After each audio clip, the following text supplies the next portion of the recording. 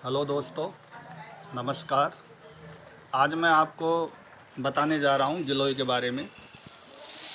आज जबकि हमारे देश में कोरोना नाम की महामारी चारों तरफ फैल रही है और इसके अंदर जो शुरुआत होती है तो शुरुआत में खांसी जुकाम के साथ बुखार भी होता है। तो इधर देखने में आ रहा है कि मेरे घर पर लगभग प्रतिदिन कोई न कोई गिलोय मांगने के लिए आता है। तो आज मैं आपको गिलोय के बारे में जानकारी देता हूँ। आपको बताते हैं कि गिलोय कैसी होती है। तो आओ देखते हैं। तो अब आप देखेंगे कि गिलोय कैसी है। तो देखिए इधर मैंने ये बेल का थोड़ा हिस्सा पकड़ा है और ये मैं इधर से ये पकड़ के दिखा रहा हूँ आपको। ये गिलोय है, गिलोय का तना है जो नीचे ज़मीन से ये उगा हुआ है ये, और ये गिलोय ऊपर जा रही है। ये इसकी एक शाखा है जो एक नई शाखा निकली है। इसमें देखिए ये पत्ते आ रहे हैं और ये आगे बढ़ रही है। जैसे ये देखो, ये गिलोय की पत्तियां हैं, जैसे पान का पत्ता होता है ठीक वैसे ही ये पत्तियां हैं और ये ऊपर ये जा रही है। इस तरह से हम देख सकते हैं कि ये गिलोय है और ये गिलोय की शाखा है। तो जो गिलोय के सेवन करने की जब बात आती है तो क्या करते हैं कि ये जो शाखा है, इस शाखा का लगभग एक बालिश टुकड़ा वो लेकर के और उसका टुकड़े को कूट करके और फिर उसका काढ़ा बना करके सामान्यतः काम में लेते हैं।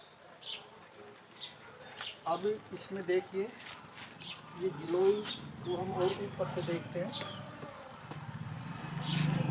ये शाखा है, ये ऊपर जा रही है, ये इधर, और ये ऊपर की साइड में ऊपर जा करके देखो ये इतनी सारी पत्तियां दिखाई दे रही है।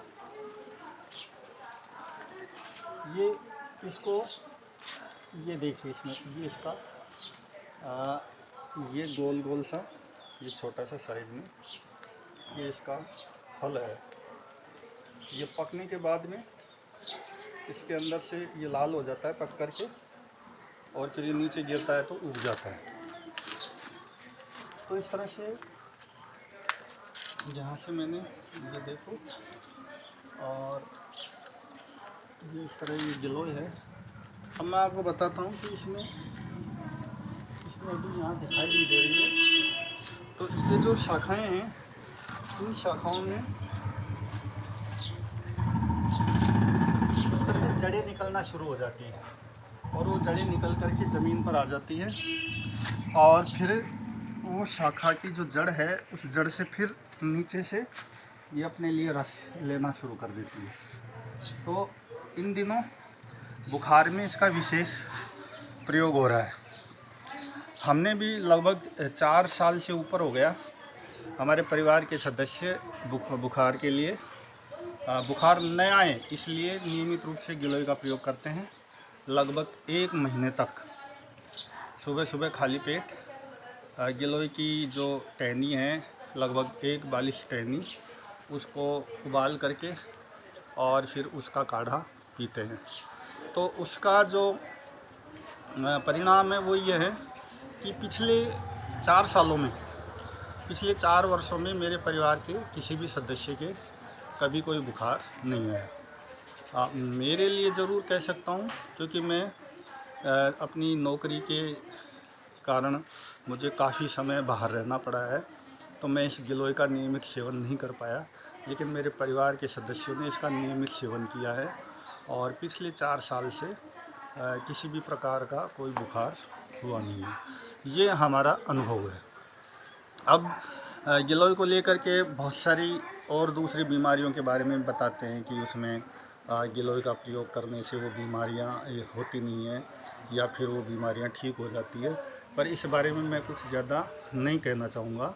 मेरी इस संदर्भ में आपको यही सलाह है कि आप किसी अच्छे आयुर्वेद के जानकार से पूछने के बाद ही विभिन्न प्रकार की जो बीमारियां हैं उसमें आप गिलोय का प्रयोग करें। तो ये जानकारी आपको कैसी लगी, आप कमेंट बॉक्स में कमेंट करके ज़रूर बताएं। धन्यवाद।